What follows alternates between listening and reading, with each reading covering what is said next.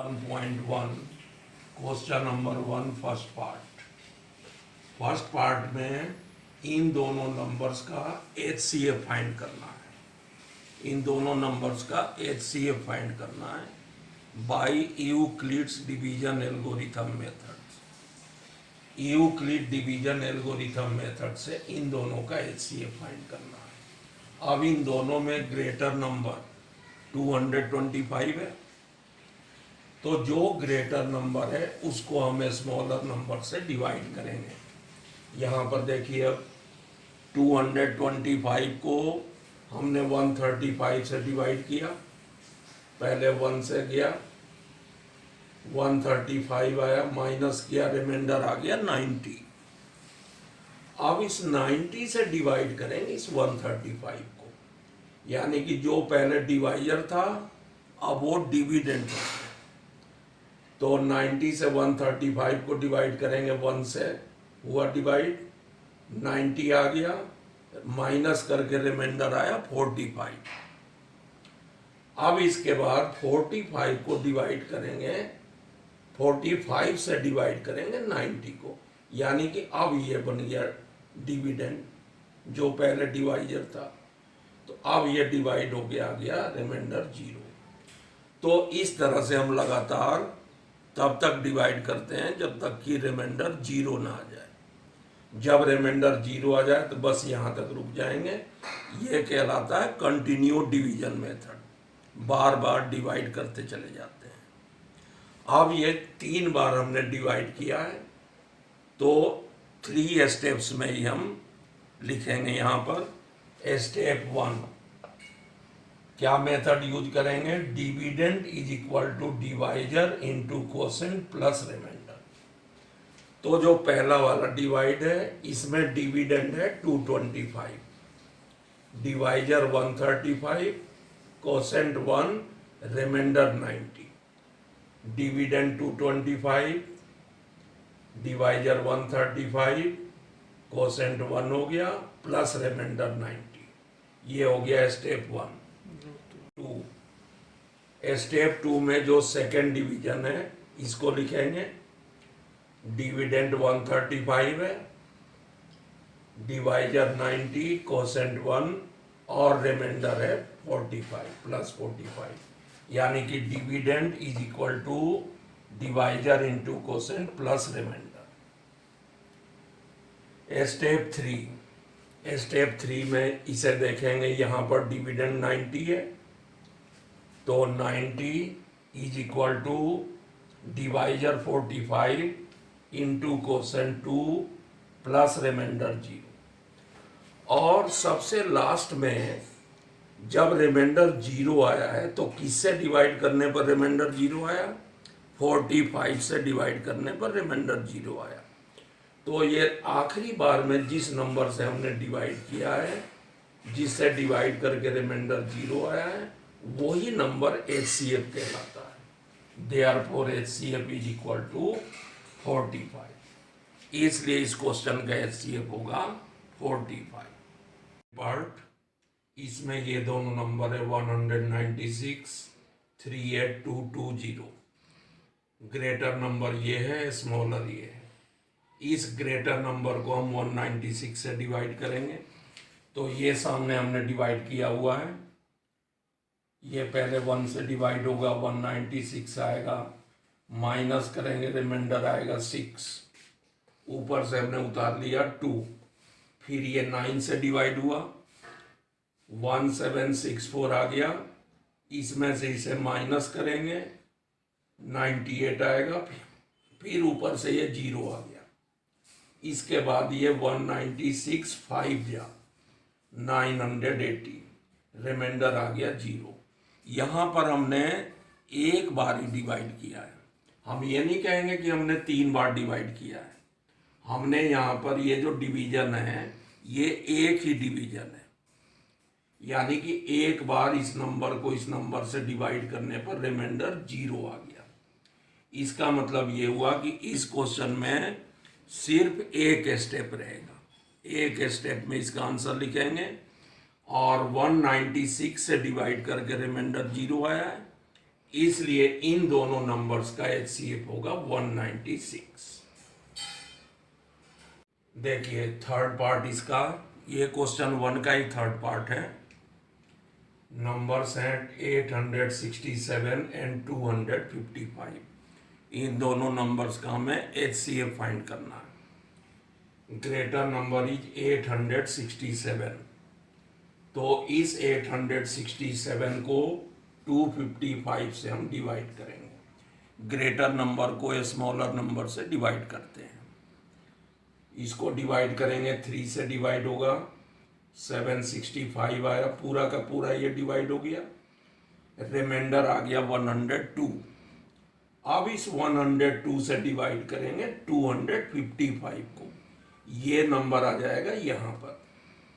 102 2 जा 204 आया, माइनस करेंगे, रिमाइंडर आएगा 51। अब जो पहले डिवाइजर था 102, ये हो गया यहाँ पर डिविडेंड, यानी कि इस नंबर को यहाँ लिखेंगे और इसको 51 से डिवाइड करेंगे, तो 51 2 जा 102, रिमाइंडर आ गया 0। तो यहाँ पर इस क्वेश्चन में रिमाइंडर 0 लाने के लिए हमें 3 बार 3 टाइम्स डिवाइड करना पड़ा है। 3 बार डिवाइड करने के बाद इसका रिमाइंडर 0 आया है। अब इसको हम 3 स्टेप्स में लिखेंगे। स्टेप 1, मेथड वही है, dividend is equal to divisor into quotient plus remainder. तो जो पहला डिवीजन है इसका डिविडेंड 865, डिवाइजर 255, कोसेंट 3, रिमाइंडर 102। तो 867 ये डिविडेंड हो गया, 255 डिवाइजर, कोसेंट 2, कोसेंट 3 है ये, प्लस रिमाइंडर 102। सेकेंड स्टेप में जो सेकेंड डिवीजन है इसको देख कर लिखेंगे।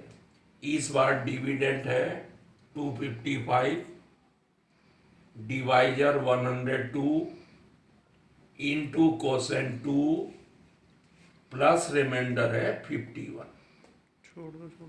देखिए स्टेप 3, स्टेप 2 तक मैंने समझा दिया था। स्टेप 3, ये तीसरा डिवीजन देखेंगे। इसमें डिविडेंड 102 है, डिवाइजर 51, कोसेंट 2 और रिमाइंडर 0। तो ये हमने इस तरह से लिख दिया। अब हम ये देखेंगे कि सबसे आखिरी में किससे डिवाइड करने पर रिमाइंडर 0 आया है। तो सबसे लास्ट में 51 से डिवाइड करने पर रिमाइंडर 0 आया है। जिससे लास्ट में डिवाइड होता है ना, जिससे डिवाइड करने पर रिमाइंडर 0 आ जाता है, वही नंबर HCF होता है। तो इन दोनों नंबर्स का HCF होगा 51। ये हो गया थर्ड पार्ट। क्वेश्चन 1 में 3 पार्ट्स थे, 3 पार्ट्स थे, मैंने तीनों पार्ट समझा दिए हैं और यहाँ पर ये कंप्लीट हो गया। नंबर 2, क्वेश्चन नंबर 2 की जो लैंग्वेज है पहले बुक में एक बार पढ़ लेंगे, उससे क्लियर हो जाएगा कि इस क्वेश्चन में क्या करना है। ये जो यहाँ पर लिखा हुआ है ब्लैक बोर्ड पर, ये इसका सॉल्यूशन है जिसे मैं समझा रहा हूँ। क्वेश्चन को NCERT बुक में पढ़ लेंगे एक बार, पढ़ने के बाद ही ये क्वेश्चन समझ में आएगा। देखिए यहाँ पर हमने लिखा है let A B a positive integer. हमने मान लिया कि A एक पॉजिटिव इंटीजर है and B is equal to 6, और B की वैल्यू को हमने 6 मान लिया। ये ध्यान रखना कि ये जो हमने A पॉजिटिव इंटीजर लिया है ये है डिविडेंड, और जो B की वैल्यू है ये है डिवाइजर। और इसको डिविडेंड और इसे डिवाइजर मानते हुए हम रिलेशन लिखेंगे, dividend is equal to divisor into quotient Q plus remainder R। तो यहाँ पर हमने डिवाइजर की जगह ये B है, B की वैल्यू 6 लिख दिया है। तो ये रिलेशन आ गया। a is equal to 6 into Q plus R. अब ये जो रिमाइंडर है, जब भी हम डिवाइड करते हैं तो रिमाइंडर या तो 0 आ जाएगा, या रिमाइंडर जो भी आएगा वो डिवाइजर से हमेशा छोटा होता है, डिवाइजर से कम होता है। तो यहाँ जो हमने ये लिखा है, इसके अकॉर्डिंग आर की वैल्यू क्या होगी, ये इक्वल का सिंबल है, या तो आर की वैल्यू 0 के इक्वल होगी या 0 से ग्रेटर होगी, लेकिन इस 6 से कम होगी। यानी कि जो रिमाइंडर होता है वो हमेशा डिवाइजर से छोटा होता है, या तो रिमाइंडर 0 आएगा या जो भी नंबर आएगा रिमाइंडर वो डिवाइजर से कम होगा। तो इसके अकॉर्डिंग हम सारी वैल्यू लिखेंगे। आर की वैल्यू 0 के इक्वल हो सकती है या 0 से ग्रेटर होगी, लेकिन 6 से लेस होगी। देखिए, पिछले वीडियो में हमने ये बताया था कि आर की वैल्यू 0 से लेकर 5 तक हो सकती है। आर की वैल्यू 0, 1, 2, 3, 4, 5। अब इसके बाद हम आर की ये सभी वैल्यूज उसमें पुट करेंगे जो हमने लिखा था, a is equal to 6q plus R. तो सबसे पहले हमने आर की जगह 0 पुट किया, यहाँ 0 पुट किया तो a की वैल्यू आ गई 6q, और 6q कैसा नंबर है, इवन, क्योंकि ये 2 से डिवाइड हो जाएगा, 2 से डिविजिबल है, देयरफॉर 6q इज इवन, तो ये इवन नंबर आ गया। इसके बाद for r is equal to 1, r की जगह हमने 1 पुट किया, यहाँ 1 पुट किया। जब किसी इवन नंबर में हम 1 प्लस कर दें तो वो ऑड नंबर आ जाता है। जब ये 6q plus 6q even number है तो 6q प्लस 1 ऑड नंबर होगा। इसी तरह r की जगह 2 पुट करेंगे r की प्लेस पर, तो 6q प्लस 2 हो जाएगा। इस ऑड से 1 अधिक है, देयरफॉर इट इज इवन, ये इवन नंबर हो जाएगा। r की प्लेस पर 3 पुट करेंगे, यहाँ 3 आ गया। अब ये इवन नंबर है, इसमें 1 हमने प्लस कर दिया, और तो ये ऑड नंबर हो गया। r की प्लेस पर 4 पुट किया हमने, 4 आ गया यहाँ, ये ऑड से 1 अधिक है, इसलिए ये इवन नंबर हो गया। और फिर r की प्लेस पर हमने 5 पुट किया, 5 पुट करने पर ये आया a is equal to 6q plus 5। इस इवन नंबर से 1 अधिक है ये, देयरफॉर इट इज ऑड। तो ये हमने जो पूरा का पूरा किया है, इसमें से ऑड नंबर्स, सिर्फ ऑड नंबर्स कौन कौन से होंगे, 6q plus 1, 6q plus 3, 6q plus 5, यही हमें प्रूव करना था। क्वेश्चन 3 की लैंग्वेज पहले बुक में एक बार पढ़ लेंगे। इसमें बताना है maximum number of columns, maximum number of columns find करना है इस क्वेश्चन में। ये दोनों नंबर हैं जिनका हम HCF फाइंड करेंगे। मैक्सिमम के लिए हमेशा हम HCF फाइंड करते हैं, तो इसलिए हम इन दोनों नंबर्स का HCF फाइंड करेंगे। ग्रेटर नंबर 616 है, स्मॉलर नंबर 32 है, तो इस ग्रेटर को 32 से डिवाइड करेंगे। 616 को हमने 32 से डिवाइड किया, ये डिवाइड हुआ, पहली बार में 1 से डिवाइड हुआ 32, रिमाइंडर आ गया 29, ऊपर से हमने 6 उतारा, अब ये 9 से डिवाइड हो गया 288, माइनस किया हमने, रिमाइंडर आया 8। कंटिन्यू डिवीजन मेथड से हम HCF फाइंड कर रहे हैं। अब ये 8 हो जाएगा डिवाइजर, और ये जो 32 पहले डिवाइजर था ये हो जाएगा डिविडेंड। तो 8 से 32 को डिवाइड करेंगे, 8 4 जा 32, रिमाइंडर 0 आ गया। तो यहाँ पर डिवीजन के 2 स्टेप्स हैं, 2 स्टेप में डिवीजन कंप्लीट हो गया। तो इसलिए हम दो ही स्टेप लिखेंगे बाय डिवीजन एल्गोरिथम। देखिए step 1, dividend is equal to divisor into quotient plus remainder. यहां से देखिए dividend 616, divisor 32, quotient 19 and remainder is 8। तो उसी के अकॉर्डिंग हमने ये लिख दिया, स्टेप 1 हो गया। स्टेप 2 में डिविडेंड है 32, डिवाइजर 8, कोसेंट 4 और रिमाइंडर 0। तो यहां लिखा हमने 32 is equal to 8 into 4 plus 0। अब सबसे लास्ट में हमने किससे डिवाइड किया तो 0 आया, हमने 8 से डिवाइड किया, therefore HCF is equal to 8। और यही इस क्वेश्चन का आंसर होगा।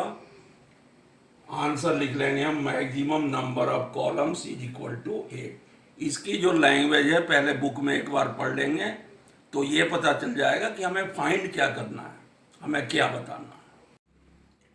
क्वेश्चन 4 बिल्कुल उसी टाइप का है जैसा क्वेश्चन 2 था।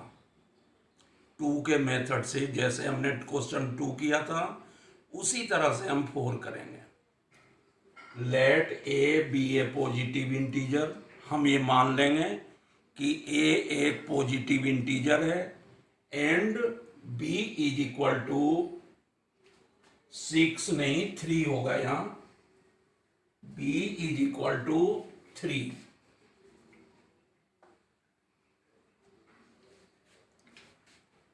B is equal to 3।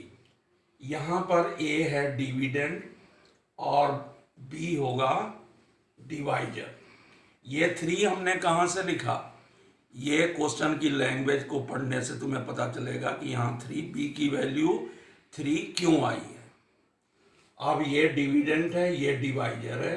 Bye Euclid's division algorithm A is equal to 3q plus R. Dividend A है, डिवाइजर 3, कोसेंट q और रिमाइंडर r।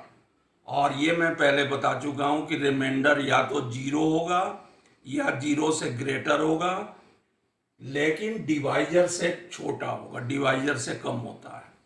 तो therefore r is equal to 0 और greater than 0 but less than 3 से कम होगा।